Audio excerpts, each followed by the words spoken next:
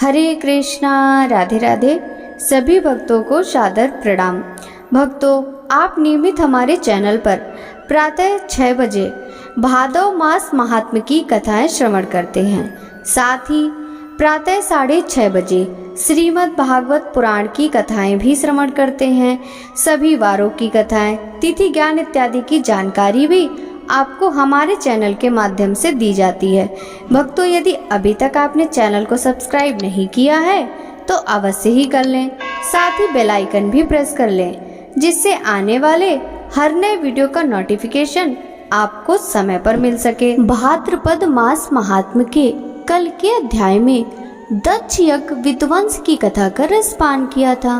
भक्तों, भाद्रपद मास महात्म्य के आज के इस अध्याय में दक्ष द्वारा भगवान शिव की स्तुति की कथा का रसपान करेंगे। तो चलिए भक्तों, वीडियो शुरू करते हैं। दक्ष बोले, देव देवेश्वर आपको नमस्कार है।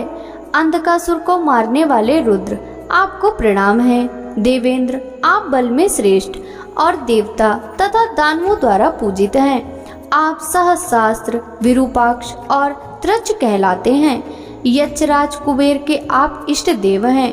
आपके हाथ और पैर सब ओर हैं। नेत्र, मस्तक और मुख भी सब ओर है। आपके सब ओर कान हैं। आप संसार में सबको व्याप्त करके स्थित हैं। शंखकर्ण, महाकर्ण, कुंभकर्ण, अर्णवालय, गजेंद्र कर्ण, गोकर्ण, शतकर्ण, शतोदर, शतावर्त, शतजी और सनातन हैं। आपको नमस्कार है। गायत्री के उपासक आपका ही गान करते हैं। सूर्य के भक्त आपकी ही सूर्य रूप से अर्चना करते हैं। आप देवता और दानवों के रक्षक ब्रह्म तथा इंद्र हैं। आप मूर्तिमान, महामूर्ति और जल के भंडार रूप समुद्र हैं। जैसे गौशाला में गवें रहती हैं, उसी प्रकार आप में संपूर्ण देवता निवास करते हैं। आपके शरीर में मैं चंद्रमा, अग्नि, वरुण, सूर्य, विष्णु, ब्रह्मा तथा बृहस्पति को देखता हूँ। क्रिया, करण, कार्य, कर्ता, कारण, असद, सद्दत, उत्पत्ति तथा प्रलय भी आप ही हैं। भव, शर्व, रुद्र, वरद, पशुपति, अंधकासुर घाती, त्रिजट, त्रिशीर्ष, त्रिशूलधारी, त्र्यंबकम, त्रिनेत्र और त्रिपुरनाशक आप भगवान शिव को नमस्कार है। आप चंड, मुंड, प्रचंड, विश्व को धारण करने वाले दंडी तथा दंडी दंड आपको नमस्कार है। आप अर्धचंडी केश, शुष्क, विकृत, विलोहित, धूम्र और नीलग्रीव हैं। आपको नमस्कार है। आप प्रतिरूप हैं। आपके समान दूसरा कोई नहीं है। आपको नमस्कार है। आप विरूम होते हुए भी शिव कल्याणमय हैं। आप ही सूर्य और उनके स्वामी हैं। आपकी ध्वजा और पताका में सूर्य के चिन्ह हैं। आपको नमस्कार है। प्रमथगढ़ों के स्वामी आपको नमस्कार है। आपके कंधे वृषभ के कंधे के समान मांसल आपको नमस्कार है। आप हिरण्यगर्भ एवं हिरण्य कवच हैं। आपको नमस्कार है। जो शरीर के भीतर रहकर स्वयं नहीं रोते और प्राणियों को रुलाते हैं, जो सबको हर्ष प्रदान करते हैं किंतु स्वयं हर्ष का अनुभव नहीं करते, उन सबको शिव रूप में सदा सर्वदा नमस्कार है।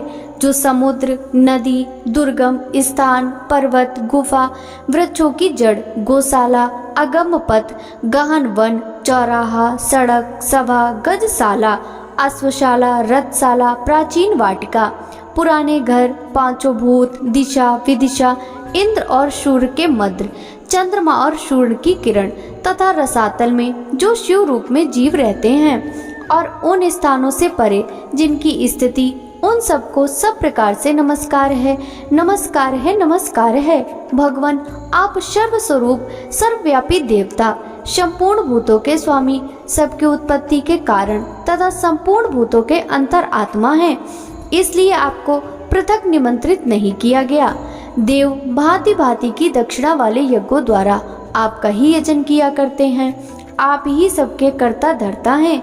इसलिए आपको मैंने निमंत्रित नहीं किया।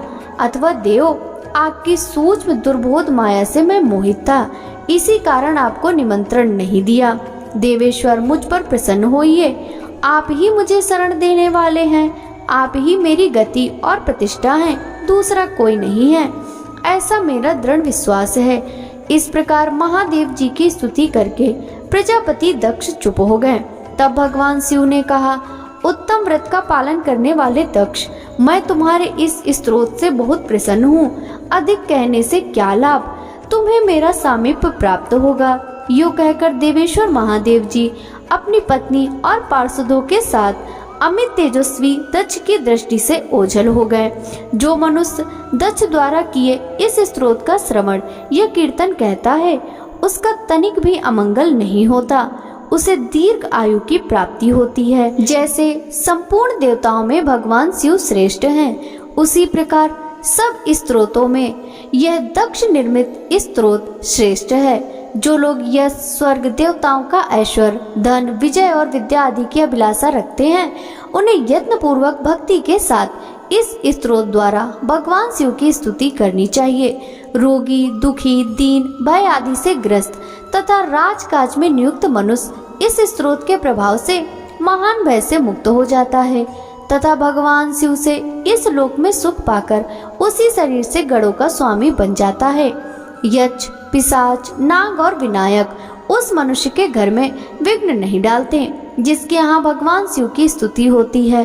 दक्ष द्वारा किए हुए इस स्तोत्र का पाठ करने वाला मनुष्य सब पापों से मुक्त हो जाता है और मरने के बाद देवताओं द्वारा पूजित होता है। इस परम गोपनीय स्तोत्र का श्रवण करके पायोनि वाले मनुष्य तथा वैश्य, स्त्री एवं शूद्र भी रुद्र लोक प्राप्त करते हैं। जो द्विज प्रत्येक पर्व में ब्राह्मणों को सदा इस स्तोत्र का श्रवण कराता है, वह निसंदेह भगवान शिव के लोक में जाता है।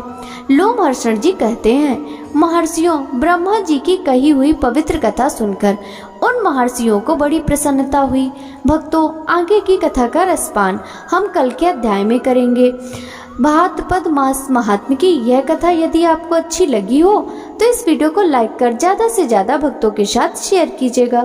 साथ ही वीडियो के कमेंट बॉक्स में हर हर महादेव जरूर लिखिएगा, जिससे भगवान शंकर की कृपा दृष्टि सदा सर्वदा आप सभी पर इसी प्रकार बनी रहे। आपसे मिलते हैं भाद्रपद मास महात्म्य के अगले अध्याय की कथा के साथ। तब तक सभी भक्तों को हरे कृष्णा, राधे राधे, हर हर महादेव।